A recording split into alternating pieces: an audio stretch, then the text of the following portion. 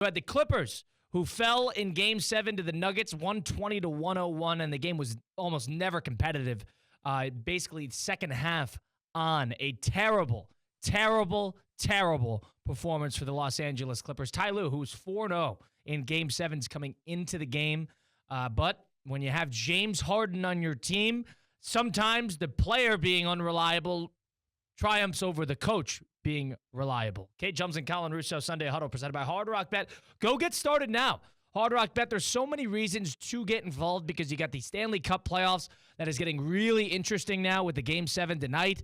You had the Dallas Stars score 4 unanswered against the Colorado Avalanche last night to move on in their series. You got the Warriors and the Rockets tonight. You're going to be watching this stuff anyway, especially with the MLB regular season going on. And if you want to make some money, just go bet on Judge to generate a hit, maybe a home run, because Aaron Judge is putting on quite a show for the New York Yankees on the MLB side of things. But you can watch this stuff anyway, so you might as well sprinkle a little action on it over on the Hard Rock Bet app. It's on the Google Play Store. It's on the Apple App Store. It's on hardrock.betonline. You get started now, you get up to $100 back in bonus bets. If your first bet does not hit, that first bet can be a parlay, prop, the over, whatever you like to bet in a game you choose. Check out the Discover page, see what other users have put together too, and you can just tag along.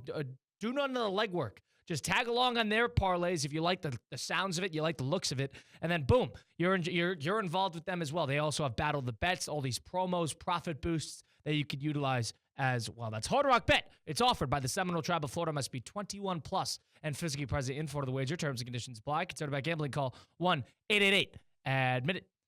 All right, Cade, yesterday, let's start with the Nuggets and the Clippers. The Nuggets win 120-101. It really was characterized by the second quarter and the third quarter, in which Denver outscored the Clippers by 16 in each quarter. This game was over by the first 5 minutes of that third quarter. And it goes to show that, you know, if you're thinking about the Clippers for a second, who had that Game 4, that 30-9 run, tie game, Aaron Gordon had that big putback dunk as time expired just about a week ago to keep them basically alive and keep the 2-2 series lead and win in Los Angeles to avoid falling down 3-1. That saved their series. It revitalized the team. Then they had a crucial Game 5 win when Jamal Murray had 43 points, a classic Jamal Murray game.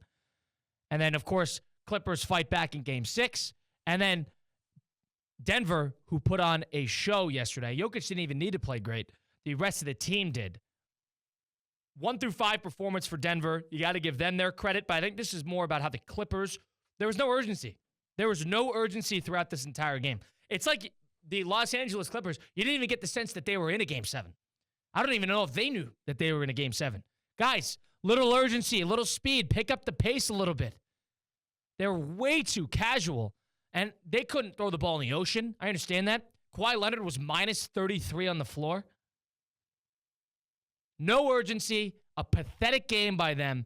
Harden, Kawhi, Norman Powell, all of their reliable players, they all stunk in the game. Really disappointed. You got the feeling that they were waiting for the Nuggets to miss shots in order to get their opportunities. And as soon as the Nuggets started making everything last night, the Clippers kind of said, oh, well, I guess it's your game.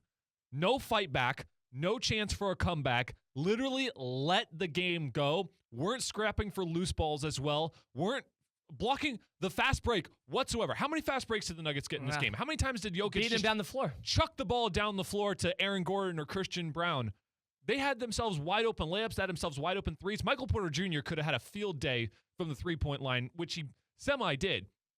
And to see the Clippers and Kawhi and Harden, I mean, you would think of all people who needs to make a statement in a Game 7 to prove not only to himself, but also for his entire career that he can be that guy, it would have been James Harden. And he fell flat on his face with 7 points. Yeah. 7 in a Game 7 when you are the bona fide number 2 on that team. He only took 8 shots all game. That in and of itself is disappointing. Get the ball. Go for shots. Win the game. You have to win the game. What's the commercial we always play on these air stations? That one coach? Hello, you play to win the game. No one on the Clippers wanted to do that last night. No interest in winning the game. Yeah, I completely agree with you. And Harden here, who has always been characterized as a player that unreliable is the word. I like Harden. I think Harden played a better brand of basketball this year than he had in a couple years past, especially with Philadelphia and Brooklyn. But the thing about Harden is you almost live by him, you die by him. Similar to Westbrook. And Westbrook is now a role player, but when Harden runs your team, you live by him and you die by him. Harden, who's somebody who I commended earlier in this series, somebody that could dictate a game. He controls the pace of the game. I don't even know if Harden knows how much he controls the game. And there are times when Harden is an expert facilitator. Everything else is working. Harden can get his 15 assists. He only needs to score 15, 20 points, be a point general on the floor. And then there's times where Harden can take over.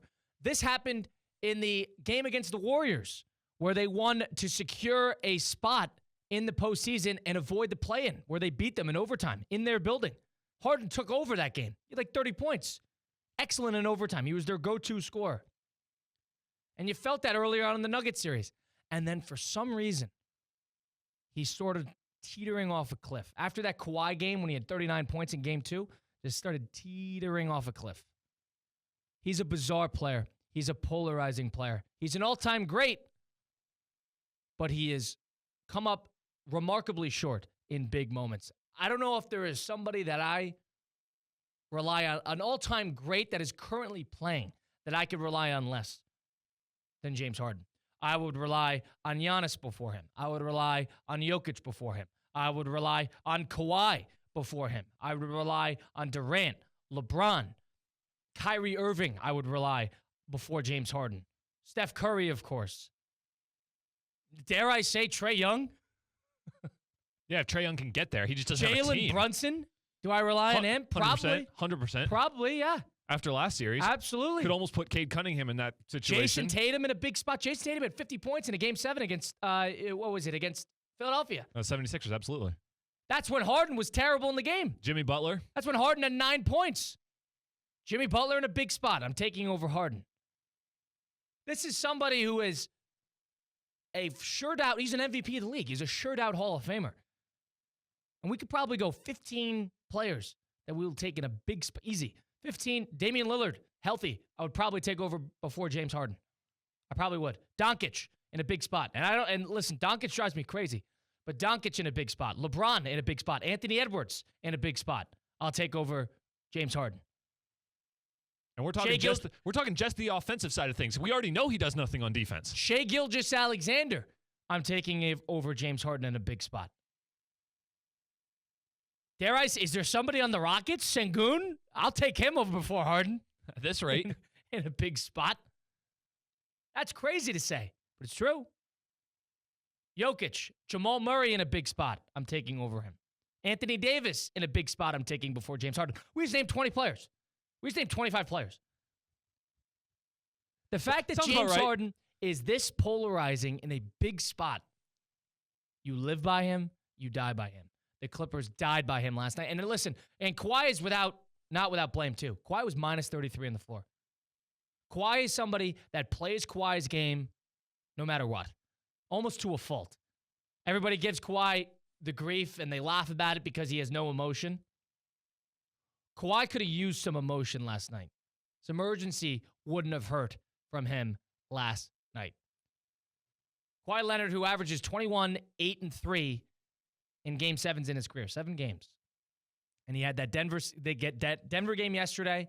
And before that was when they beat Dallas in 2021. But the year before that was, I believe, his first or second year with the Clippers. When they played Denver that previous time, he had 14 points. He had 14 points. He was 6 of 22 from the field. You kind of have to go back to his Toronto days to get Toronto, legit. And he had that famous Game 7 where he hit the game winner to advance them to the NBA Finals. Yeah, one of the greatest shots of all time. And he had 41 points that game. He was great. And he shot 16 to 39. You know, the shooting. 39. See, that's crazy. 39 attempts. I know. But here's the thing. I agree. That's shooting 40% on 40 shots. But at least there's an urgency. Yeah. I'm shooting the shots because this is Game 7. I'm the best player on the floor. I'm doing this. That's what James Harden and Kawhi should have done last night. Kawhi shot 13 shots. And he made 6 of them. That's a should've better been- shooting percentage. That should have been 22 shots. Unbelievable. Should have been 22 shots. And the previous times when he was San Antonio, that's before he blossomed as a scorer. I can't give him a ton of flack for that. I really can't.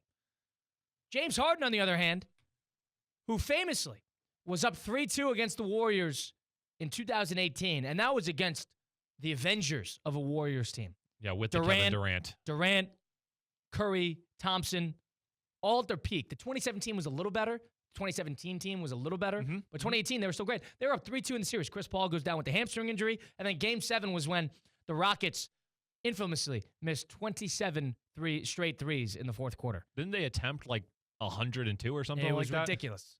It was ridiculous. And Harden even had a decent game that game. But James Harden, somebody who has made 10-plus field goals. He's played 7 Game 7s in his career. He's made over 10 shots one time. Jeez Louise. 2 shots made against the Denver Nuggets. 3 shots made against the 76ers, against Boston Celtics in 2023. Brooklyn and Milwaukee, when they were up in the series, and then Kyrie goes down, and then Durant has that bad, the toe was too big when they had a chance to knock him off. That was a great series. He made 5 shots. They played OKC in 2020. He made 4 shots. That was his last year in Houston. How about that? This is somebody who is wildly unreliable.